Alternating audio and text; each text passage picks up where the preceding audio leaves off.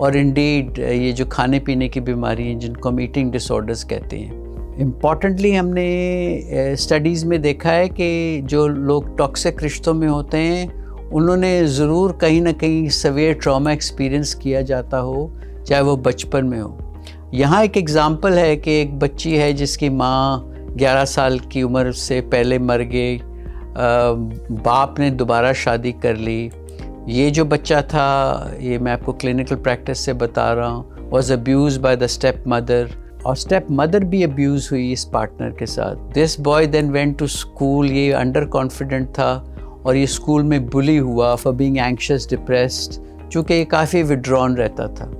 جب یہی بچی بڑی ہوئی تو اس نے یہی زندگی کی تھیمز لے کے وہ آگے چلی اپنی شادی کے اندر. پہلی شادی اس نے کی, وہ شادی ٹوٹ گئی. وہ مجھے بتاتی تھی کہ میرا جو میاں وربلی اور ایموشنلی ابیوسو تھا, اور اس نے لائف میں بہت دیر سے ریئلائز کیا کہ regardless of the cards that she was dealt with, sometimes there were things she had to let go but she was not able to. یعنی کہ اس کا پچھلا رشتہ اس کی سیکنڈ میرج کو بھی افیکٹ کرتا رہا. یہ کون لوگ محسوس کرتے ہیں ٹاکسٹی؟ جو تھن سکنڈ ہوتے ہیں, یعنی کہ دے ناٹ تھک سکنڈ, ان کے اوپر سے باتیں گزرتی نہیں ہیں, وہ دلوں کو لگا دیتے ہیں. اور کئی دفعہ ہم نے یہ بھی دیکھا ہے کہ toxic relationships is just that people have entered into a wrong relationship. Clinical practice میں دیکھا ہے جو لوگ ڈرگ ایڈکشن میں ہوتے ہیں اور وہ ایک الکوہولک پارٹنر کو چوز کرتے ہیں اور وہ شادی ٹوٹ جاتی ہے, they are more likely again to choose another alcoholic partner after the divorce. وہ اس لیے کرتے ہیں کہ ان کو پہلے رشتے میں کمفرٹیبل فیل کرتے ہیں, ان کے ساتھ ڈیل کرتے. So in essence their personality then attracts controlling partners who force them to sacrifice their needs for others, and they constantly are looking for validation and approval, جو کہ شاید ان کے رشتوں میں کبھی بھی نہ آئے, نہ پہلے تھی. تو اب آپ کو ہم بتائیں گے کہ آپ کو وارننگ سائنس کیا دیکھنے چاہیے آف ٹاکسک ریلیشنشپ. میرا خیال میں the most serious warning sign includes any form of violence, abuse or harassment. اگر آپ کو رشتوں میں آپ کو مارا گیا ہے, پیٹا گیا ہے, یا ایموشنلی, فزیکلی, فائنینشلی یا سیکشلی ابیوز کیا جائے, یا آپ کو ہراس کیا گیا ہے, آپ کو اپنے پورے پوٹینشیل کو اچیو کرنے سے روکا گیا ہو, تو یہ ہیں ایسی وارننگ سائنز جس کو آپ امیجیٹلی ڈیل کریں. پہلا یا سب سے سمپل ٹاکسسٹی یا ٹاکسک ریلیشنشپ کی علامت ہے کہ آپ پرسسٹنٹلی ناخوش ہوں یا انہیپی ہوں, اور وہ رشتہ آپ کو خوشی نہ محسوس کرنے دے, بلکہ instead it consistently makes you feel sad, angry اور اینکشس. اور آہستہ آہستہ آپ اس طرح کرتے ہیں کہ آپ شاید اس کو یوز ٹو ہو جاتے ہیں, and you resign to the fact as if like you been sold out, تو اب کچھ بھی نہیں ہو سکتا. جب ٹاکسک رشتوں میں ہوتے ہیں, جب آپ اور دوسرے کپلز کو دیکھتے ہیں کہ وہ خوش ہیں, ہنس رہے ہیں, کھیل رہے ہیں, آئس کریم کھا رہے ہیں, باہر جا رہے ہیں, تو آپ ان سے بھی تھوڑا بہت جیلس ہونا شروع کرتے ہیں کہ یار یہ تو بڑی اچھی زندگی گزار رہے ہیں, میری زندگی اتنی اچھی کیوں نہیں.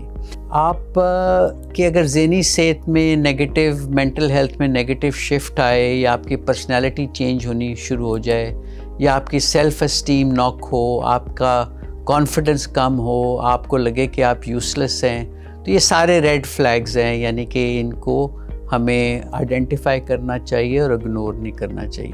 آگے جب بہت سارے ریڈ فلیگز ہوں اور رشتہ بہت ٹاکسک ہو جائے, تو میں نے یہ بھی دیکھا ہے کہ کلینکلی ڈائگنوزیبل مینٹل ہیلتھ کنڈیشنز آ جاتے ہیں, جس میں ڈپریشن ہے, انگزائٹی ہے, یا کچھ لوگ اپنے آپ کو خوبصورت بنانے کے لیے اپنا کھانا پینا روک دیتے ہیں اور ایٹنگ ڈس آرڈرز ڈیولپ کرتے ہیں. ان کو یہ محسوس ہوتا ہے دیٹ دے کی ناٹ وائس اور talk about their concerns with their partners. اور یہ بھی ایک امپورٹنٹ سائن ہے, اگر آپ اپنی ضروری یا امپورٹنٹ باتیں اپنے پارٹنر کے ساتھ شیئر نہیں کر سکتے, آپ سوچیں گے کہ یار یہ آگے سے غصہ کرے گا یا سمجھے گا نہیں, تو یہ بھی ایک ضروری علامت ہے کہ آپ کا شاید رشتہ اتنا صحت مند نہیں ہے. آپ کو نظر آئے گا کہ جب آپ زہریلے رشتے میں یا ٹاکسک رشتے میں ہوں گے, تو آپ جو بھی اپنا فارغ وقت یوز کریں گے, آپ اس کو اتنا اچھا محسوس نہیں کریں گے. اب جب آپ کے آس پاس جو لوگ ہیں وہ اگر آپ کو کہیں, فیملی اور فرینڈس, کہ یار یہ رشتہ تمہارا کچھ صحت مند نظر نہیں آتا، تو اس کو کائنڈلی اگنور نہ کریں. یہ بھی ایک ریڈ فلیگ ہے. جب آپ کے رشتہ دار آپ کو بتائیں تو اس کو امپورٹنس دیں. کچھ وقت کے ساتھ شاید آپ یہ باتیں سن کے خود بھی ریئلائز کریں گے کہ یار یہ رشتہ صحت مند نہیں ہے. تو آپ کو کیا کرنا چاہیے if you are in a toxic relationship اور آپ بہت سارے ریڈ فلیگز دیکھیں اور آپ کو جو میں نے باتیں بتائی ہیں if they sound familiar, it is time to take action. آپ کو کچھ نہ کچھ تو کرنا پڑے گا. امپورٹنٹلی اگر آپ کو لگے کہ آپ پہ فزیکل وائلنس ہو رہی ہے اور آپ فزیکل ڈینجر میں ہیں تو آپ کو تو سیدھا رشتے سے باہر نکلنا چاہیے اور رشتے کو اپنے کسی بڑے کے ساتھ، دانا کے ساتھ، ماں باپ کے ساتھ شیئر کرنا چاہیے. اگر آپ کو لگے کہ آپ کی ناخوشی اور جو آپ ٹراما اپنے رشتے میں ایکسپیرینس کیا ہے وہ آپ ورک تھرو نہیں کر سکتے اور آپ کے بیہیویئر کو افیکٹ کر رہا ہے تو پھر تھیراپیوٹک یا medical treatment will definitely help. رشتے میں جو بے سکونیاں ہیں، بے چینیاں ہیں یا ڈیفیشنسی ہیں ان کو آپ آئیڈینٹیفائی کریں. کئی وقت پہ آپ کو جواب نہیں ملیں گے but some times you will get the right answer. May be it is time to walk away from the relationship. میں فرم بلیور ہوں کہ رشتوں کو پختہ کرنے کے لیے محنت کرنی پڑتی ہے اور محنت کرنی بھی چاہیے، لیکن محنت بھی ایک حد تک کریں نا. ایک رشتہ اگر مکمل طور پہ ٹھیک نہیں ہے اور آپ کو تمام تر ریڈ فلیگز نظر آ رہے ہیں تو شاید اس رشتے سے باہر نکل جانا ہی بہتر ہے. اور رشتے سے باہر نکلیں گے تو an exit from one door may be an entry to another door. ہم نے کئی لوگ دیکھے ہیں جو ایک رشتے سے نکل کے دوسرے رشتوں میں آتے ہیں. they can happily get remarried. اور پھر آپ یہ کام کریں اور لوگوں میں جو ٹاکسیسٹی ہے اس کو آئیڈینٹیفائی کریں، ان کی ہیلپ کریں. کچھ لوگ یہ بھی کہتے ہیں کہ شادی کا رشتہ تو ضروری ہے but I know several people who are purposely single and enjoying life. And میں آپ کو اس کوٹ کے ساتھ اینڈ کروں گا talk that love should never cost you your peace. It should never cost you your joy. It should never cost you your happiness. And if there is more negative in the situation than positive, then something has to change. ناظرین بہت بہت شکریہ اس talk کو سننے کا. اگر آپ کو یہ ٹاک اچھی لگی اور فروٹفل لگی so please do share and enhance the richness of this portal. خدا حافظ and see you soon.